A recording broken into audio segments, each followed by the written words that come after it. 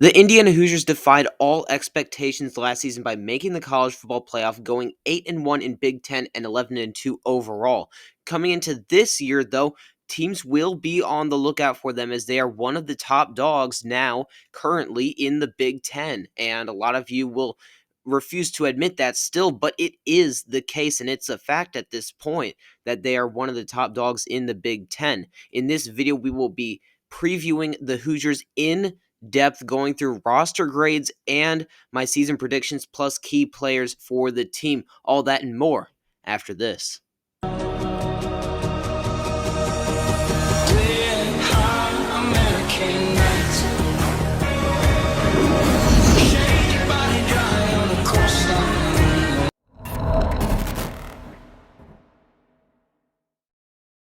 Alrighty, so let's dive right into the video here as we will go over my roster grades. We'll start with the offense as you see on your screen right here, and then go to the defense. Then we will go to the key players for Indiana going into the season, and then finally, we will get to my final record prediction at the end of the video. So you want to stick around for the whole thing. It's action-packed, and it's really fun to make, but a lot of work, so I'd really appreciate it if you watched all the way through to the end. Okay, so starting with the offense here, at quarterback, I have A, running back B, wide receiver, tight end, basically the receivers, A-, offensive line's an A-, and coaching is an A- as well. Starting off with quarterback here, I have it graded as an A. I'm very high on the upside of Fernando Mendoza. Last year at Cal, very up and down season for him, but he did throw for over 3,000 yards, barely. But he played with one of the worst offensive lines in the country at Cal. They gave up 50 sacks, and that was not on Fernando Mendoza. That was on Cal's offensive line. So he comes into a system that is QB friendly, first of all, and he's going into an offensive line, which you see I have graded as an A-, which I do think will be one of the better offensive lines in the country.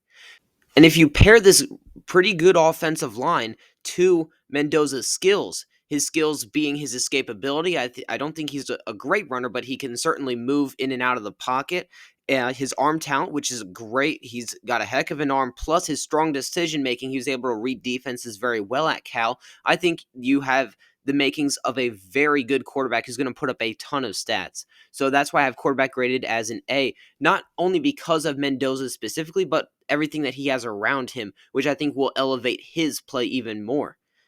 On to the running backs now, who I have graded as a B, worst grade on the team, but it's not a bad grade by any means necessary. It's a solid room. They have Kalen Black in there, who is a returner from last year, who was RB3 last year, had 250 yards even as running back number 3, which is pretty decent. And they brought in Roman Hemby from Maryland, who I think was a huge pickup.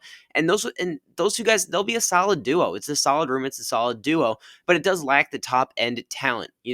There's not a guy who's really going to take over games in this room, in my opinion, but they don't need a guy like that per se as well. So I think this running back room is perfect for what Indiana's offense is going to run, but just objectively, it's a B grade in my opinion.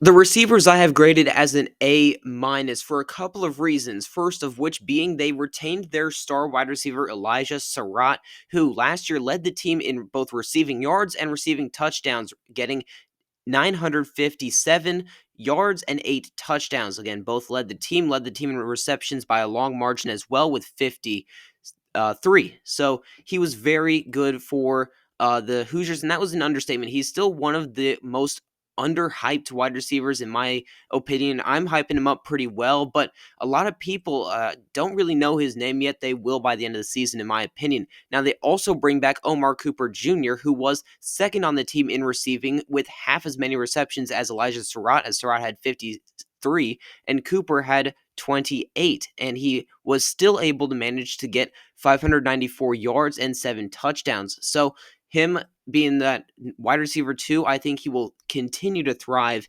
in that position. Now, they also brought in several guys who I like, first of which a true freshman, LeBron Bond, 3-star, very high 3-star in the class of 2025, who I think could possibly make an impact in year 1. And then Jonathan Brady out of the portal as well, another guy who I think could make an impact. Holden Stays, who came out of the portal, is their starting tight end this year. They didn't utilize the tight end very much, but when they did, he was effective last year. So I expect the same kind of production out of Holden Stays. Now, the offensive line, like I said, one of the better ones in college football as they bring in Pat Coogan, the center, who was at Notre Dame last season, started every game, was graded out very well for the Fighting Irish. Again, a team that went to the national championship and beat Indiana. Pat Coogan beat Indiana. Now he's coming over, joining them to try and make a run. Now they retain several key starters: Bray Lynch, Drew Evans, and Carter Smith. Zen Mikulski at tackle, I give pause to. I think he's a good player, but is he going to really be able to protect Mendoza that well? I think he might be the weak link on that offensive line, but overall, he's still a pretty darn good player as well, which is why I have the offensive line graded as an A minus, because their worst player is still pretty good and would start at many schools. Now, coaching is an A minus here. I hesitate to give it an A grade or an A plus grade, but the Mike Shanahan offense was one of the best last season. I mean, they were scoring points like nobody's business, and I really do believe that this is one of the better offensive coaching staffs in the nation. Really, coaching is an A minus. Wherever you put it, it's still a really darn good coaching staff, in my opinion. Now we come to the defensive side of the ball here. We'll just start by just going over that defensive line here. I have it graded as a B, which is pretty low for Indiana's measures, which is an achievement in and of itself. But I digress. The defensive line's a B, really held up here by Mikhail Kamara, who I think is one of the best defensive ends in college football. He got to the quarterback really well last year, double-digit sacks, a lot of TFLs, a lot of total tackles as well. And he's got that star power that I think Indiana really thrives on. But the rest of this defensive line gives me pause. And it's really because they're playing a lot of last year's backups, and they don't have tremendous size on this defensive line. They have Hosea Wheeler, who's 300 pounds, and he's probably the heaviest on this team. Tyreek Tucker, who was a backup last year, 298, so two similar sized players, but they don't have a behemoth, a guy that's like 350 pounds, 325, that can really clog up the middle of the defensive line, which gives me pause because that's how a lot of Big Ten teams operate. And that's how a lot of Big Ten defensive lines operate, by having really big guys in the middle. And the other defensive end, Mario Landino, was a backup last year as well. So you're playing a lot of last year's backups, and it doesn't have quite the size that I would like it to have as a Big Ten defensive lineman, but it still has star power at defensive end with Mikhail Kamara. Now, the linebackers, I love the linebackers. Aiden Fisher, probably one of my favorite players in the game of college football. I love how he plays the game. He had 118 total tackles last season, which is amazing, and he's really good. At the rover position, they have Devon Boykin, who's very good, in my opinion, as well. So I think that the linebackers will be just fine. I really do like the linebackers. Aiden Fisher, by himself, gets an A-plus grade, but for the linebackers, I have an A. At corner, moving into the secondary here, corner is possibly one of my most favorite positions groups on this team. I absolutely love the firepower in this room, starting off with D'Angelo Pons. D'Angelo Pons, in my opinion, has the potential to be one of the best corners in the nation. Last year, he had 3 interceptions, one going back for a pick six, 9 passes defended with 55 total tackles. That was 4th on the team in tackles and 2nd on the team in interceptions. Second only to Amari Farrell, which we will get to in a second. But D'Angelo Pons is a very good player, and he anchors this room very nicely. You got Ryland Gandy, who's going to be taking a lot of snaps there as well.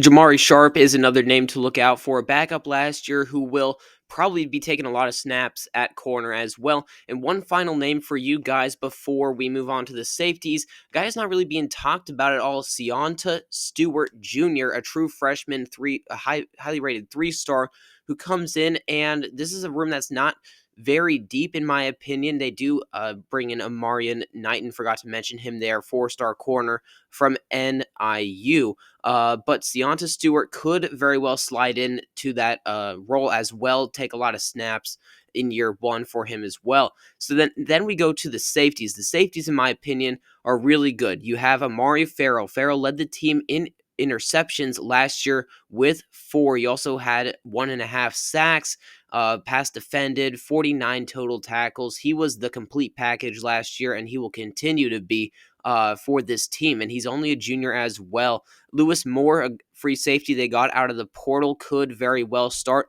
along with Byron Baldwin Jr., their highest rated recruit out of this past year's cycle. He'll be a true freshman, very highly rated 4-star free safety. And I think that he could contend for a starting spot as well. So that wraps it up for this defense here. I give it an overall grade of an A minus, B plus. And the coaching is really good as well.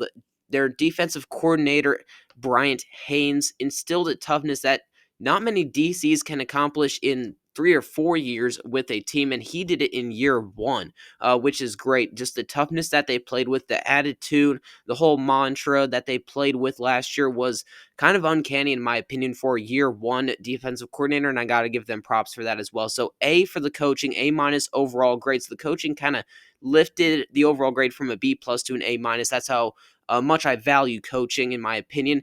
And, I'm not going to really be talking about the special teams here, but the special teams, they don't need to worry about that either. Nicholas Radicic was extremely successful last season, 10 for 11 on field goal tries. Again, they didn't kick many field goals, but when they did, they had a guy to rely on, made every PAT, and they got a punter out of the portal who was really good, 3-year starter at UCF. That would be James Evan. So that concludes the roster grade portion here. Let's move on to the players. Okay, before we get to the players, I want to say something really quickly. So, if you're watching at this point, you're pretty invested in the video, which is great. And I made a video recently covering Curt Cignetti and his rise to Indiana and how his vision at Indiana was different than everyone else's and how it should be the method going forward. So, we'll have that in a comment down below. I'll have it pinned. So, go ahead and watch that if you haven't already. It did pretty well for my channel's standards. So if you have a minute after this video, I would suggest you to go and watch that pretty heavily if you're an Indiana fan or just a college football fan in general. So the key returning players for Indiana, that would be Elijah Surratt, Mikhail Kamara, and Amari Farrell.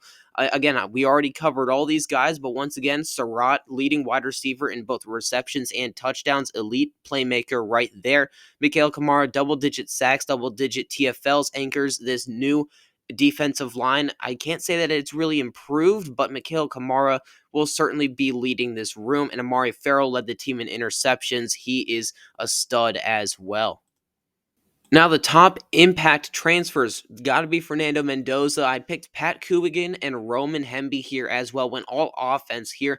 We covered all three of these players, but Mendoza threw for over 3,000 yards. He's got an incredible arm. He's got strong decision making and what I call escapability, the ability to weave in and out of the pocket. But, he's not a pure runner. So I think that he's got a couple great traits there as, an upcoming quarterback who I think will really thrive at Indiana. Pat Coogan, one of the reasons why I think Mendoza will thrive, because he's anchoring a pretty darn good offensive line. Again, he's coming from a place where he was really a star at Notre Dame. Their center, very good offensive line at Notre Dame. They beat Indiana. They went to the national championship game. Now Coogan's here trying to do the same for Indiana. And Roman Hemby, I think, is going to get a lot of the carries this season. He's going to be that guy that gets you 5 yards on first down to set up second and medium, or, you got 2nd and 3. He's going to barrel forward for 7 yards for a first down. I think he's going to be a real safety valve for this team. When they're in trouble, I think that they will turn to the running game,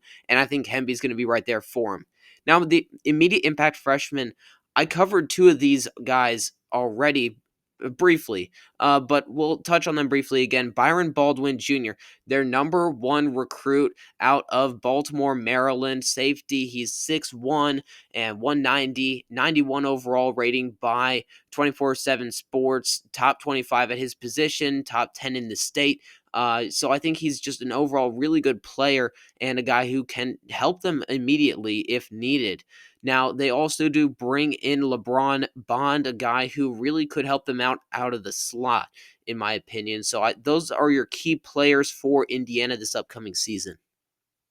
Okay, so now we have the schedule. I have it really in 2 parts here. The first part, which you see on your screen, I have predicted the games that are going to be easy wins for Indiana, in my opinion. Let me rephrase that. Not easy, but games that they will be expected to win by double digits, in my opinion, which is a lot on their schedule. Their schedule this year isn't as bad as a lot of others in the Big Ten. Yes, Indiana fans, you have heard all offseason about how easy the previous schedule was and how much tougher this schedule is, I think both are an exaggeration. I think last year's schedule wasn't the easiest in the world, and I think this year's schedule is not the hardest in the world, to be honest with you guys. So, as we just go through here, Old Dominion, Kennesaw, and Indiana State, all wins by probably more than 50 points, honestly more than 60 probably. Then you got Illinois coming off of 3 wins. You're prepped, you're ready to go. That's at home. I don't think Illinois is going to be the team that everyone is hyping them up to be. I see them as a 7 to 8 win team. Nonetheless, I think that Indiana will beat them.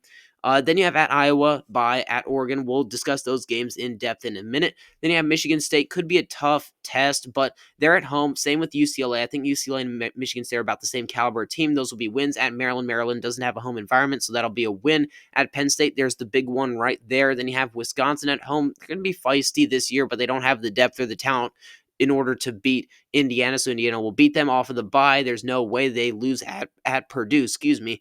So that leaves them with 9 wins. They're 9-0 right now in games that I have them predicted to win.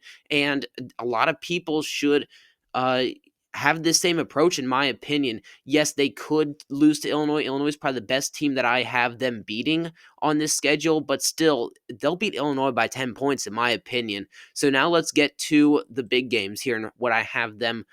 Okay, so now y'all see the full truth here. I have Indiana going 10-2, 7-2 in the Big Ten. That will be third in the Big Ten again, narrowly missing that Big Ten championship game appearance, which they will get in time.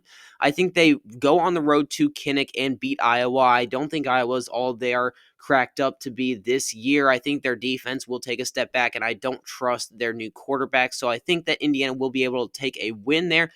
I expect a win by 3 to 7 points. It's going to be a very close game. Then coming off of the bye, I think they lose at Oregon. Oregon's going to be very good this year again. It's a very hostile environment. If you're coming off of Kinnick, where it's a very hostile environment, Oregon is even more so a hostile environment. So I think that's the first game that Indiana will drop. That puts them at 5-1. They rip off 3 more wins, 8-1 going into a Penn State team that I think will be in the same boat as them, 8-1, 9-0, where they are at. And I think they'll lose to Penn State because Penn State is that much better than everyone else. I covered that in my Penn State preview, which I already have out.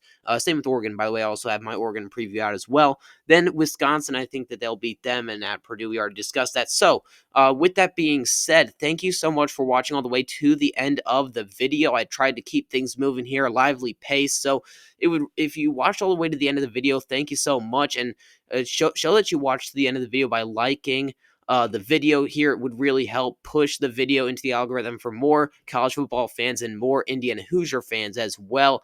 And the subscriber numbers keep rolling in, but at a very slow pace. If you could help me out right now by subscribing, that would be great. Again, small channels, we love subscribers even more so than the big ones because they matter more to us. Frankly, they matter more to me. You guys matter to me that watch my video.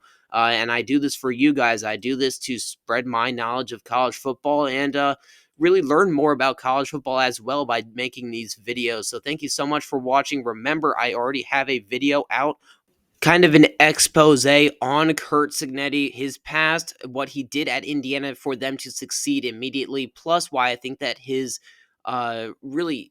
system is the system going forward for all new incoming college football head coaches. So go watch that as well. I'll have that pinned in the comment down below. Aside from that, I'm your boy, and I'll see you in the next one.